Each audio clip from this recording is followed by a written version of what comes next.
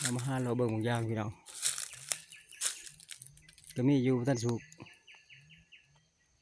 มันยังดีบอยู่สุกเดี๋ยวจะถึงก็มีอยู่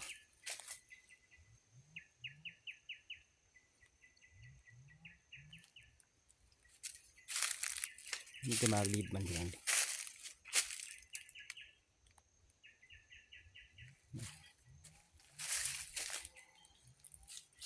ยังตันหอนยามสุกเนาะย่างไปต่อ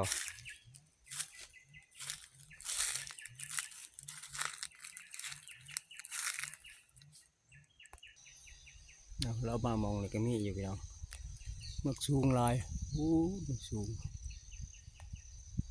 เอาหยาดเป็นหล่นอยู่ดิน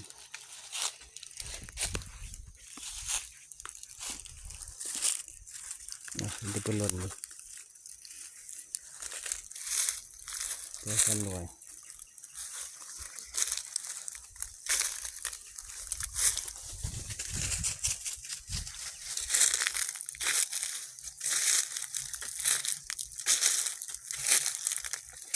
โดนไปโดน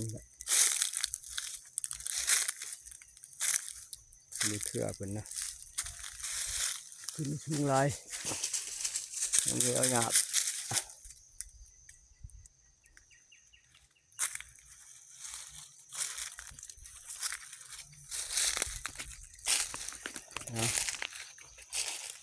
เราไปต่อพี่น้องเบื้องก็อื่นอีก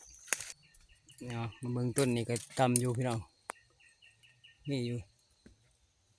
3-4 หน่วยแบบมีบลาย